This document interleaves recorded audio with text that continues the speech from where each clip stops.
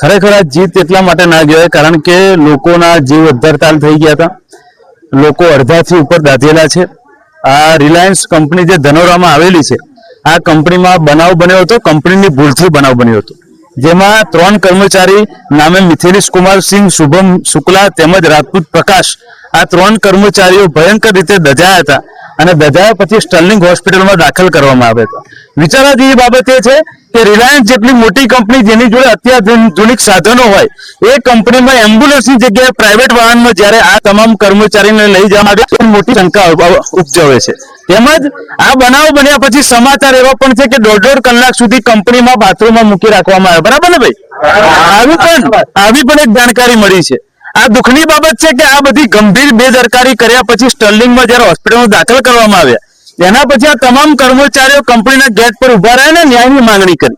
એમની માંગણી હતી કે લેખિતમાં સ્વીકાર કરે કંપની કે આ તમામ કર્મચારીઓનો જે પણ ખર્ચો થશે એ ખર્ચો કંપની દેશે, તેમજ આ તમામ કર્મચારીઓને ભવિષ્યમાં જેટલી પણ દાજ થઈ છે, જેટલા પણ દજાયા છે, એ પ્રમાણેનું કમ્પન્સેશન આપવામાં આવે, તેમજ જ્યાર સુધી સારું ના થાય ત્યાર સુધી એમને પગાર ચાલુ રાખવામાં આવે. જે લોકોને સારું થાય એમને કંપનીમાં પાછા લેવામાં આવે.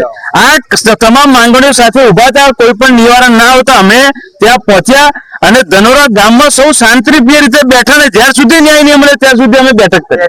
ત્યારે આ જે કંપની છે જે રિલાયન્સમાં કામ કરે છે, સ્વામિના ઇન્ટરનેશનલ પ્રાઇવેટ લિમિટેડ, એના લેટર પેપર પોલીસ અધિકારીઓની હાજરીમાં, એમના કર્મચારીઓના પરિવારની હાજરીમાં એમને હૈયાધારણ આપી છે, તેમજ લેખિતમાં આપ્યું છે. એમાં લેખિતમાં લખેલું છે કે in case of any evidence situation asking, આ જે લખેલું છે એમાં કે એમ્પ્લોયને જ્યાર સુધી સ્વસ્થ નહીં થાય ત્યાર સુધી કંપની એની તમામ જવાબદારી લેશે. ત્યાર પછી લખ્યું છે કે આ જે પણ ભવિષ્યમાં કંઈ પણ વળતર આપવાનું થયું તો પણ વળતર આપશે, તેમજ પગાર પણ આપશે, તેમજ સારું થયા પછી કંપનીમાં ચાલુ રાખશે. આ બધું લેખિતમાં આપ્યું છે. પરંતુ તમે જાણો છો એવી રીતે કે લખન દરબાર કોઈ કંપની પર ભરોસો કરતો નથી. આ ભલે લેખિતમાં આપ્યું હોય, પરંતુ જો આ લેખિતમાં આપેલી વસ્તુ ભવિષ્યમાં સાર્થક નહીં કરવામાં આવે તો એટલું યાદ રાખજો કે અમે સૌ ગામડાના લોકો છે, ગામડાનો પાવર બતાવતા અમને વાર લાગે નહીં.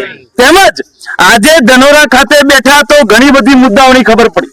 આ રિલાયન્સ કંપનીમાં ધનોરા, રામપુર આસપાસના કેટલાય યુવાનોએ જેને સામાન્ય મારામારી કરી હોય, જેને કદાચ દારૂ પીને એ લોકો ગયા હોય, આવી નાની મોટી બાબતમાં જ્યારે એમને બ્લેકલિસ્ટ કરી દેવામાં આવ્યા છે. મારે કેવું છે એ લોકોએ કે ગુનો, મર્ડર કે બળાત્કાર નથી કર્યો.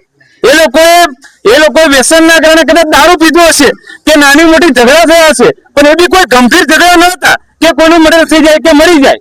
તો આવા ઝઘડામાં એ લોકોને આજીવન એમને બેન કરી દેવા રિલાયન્સમાં આ કયા પ્રકારનો ન્યાય છે? મારે એ કેવું છે કે આ જે તમામ લોકો નાના મોટા કિસ્સામાં જે લોકો બ્લેકલિસ્ટ થયા છે એમને માફી પડવા પાછા નોકરી પર લેવા. અને જો બીજી વાત કરું, આ લડાઈ તો હજુ શરૂઆત થઈ છે એવું સમજો. આ જે બનાવ બન્યો એનાથી લડાઈની શરૂઆત થઈ છે. કોઈ યુવાન આઈપીસી રિલાયન્સ કોઈ નોકરી પર કાયમી નથી. મારા ફાધરની જે સમકક્ષ લોકો જે સમય હતા, શેરકી અંદર, રૂપાપુરા, નંદેથી, દામાપુરા, ધનોરા, રામપુર આસપાસના અમારા ગામના લોકો, એ બધા પેલા આઈપીસીમાં કાયમી હતા. આજની તારીખમાં જોવા જઈએ તો અમારા જેવા યુવાનો એ કઈ કાયમી નહીં. આખા તાલુકામાંથી 500 લોકો કાયમી નહીં મળે. તો પછી એનો મતલબ શું? જમીનો અમે આપી, પ્રદૂષણ અમે સહન કર્યા, ભોગવવાનું અમારે, અને અમારા લોકો નોકરી ના મળે. અહીં ડિપ્લોમા કરેલા છોકરા છોકરીઓ બહારથી આવે છે. ડિપ્લોમા કરેલા છોકરા છોકરીઓ બહારથી આવે છે. રિલાયન્સ ટાઉનશીપમાંથી કેટલાય છોકરાઓ હું જોઉં છું કે ડિપ્લોમા કરેલા હોય છે, કાયમી નોકરી કરે છે. તો મારે પૂછવું છે રિલાયન્સ કંપનીને કે અમારા ગામડામાં ડિપ્લોમા કરેલા છોકરાઓ છે નહીં ભાઈ? અમારા ગામડામાં ડિપ્લોમા કરેલા છોકરાઓ છે. તમને અમારા ગામડામાંથી એક જ નહીં દેખાતો? અમારા ગામના લોકો આઈટીઆઈ કરે, ડિપ્લોમા કરે તો મજૂરી કરવાની. આવું તો કોને લખેલું કે જેના બાપા મજૂરી કરતા હતા એના છોકરો આજે મજૂરી કરે? ચાલો નંદેસરીમાં જઈએ તો મજૂરી કરવાની, જે સેફટી જે તો મજૂરી કરવાની, ફર્ટિલાઇઝર બધે મજૂરી કરવાની. એટલે અમારી માંગણી છે જીતુભાઈ, એક અમારી માંગણી છે. આ લડાઈની શરૂઆત છે.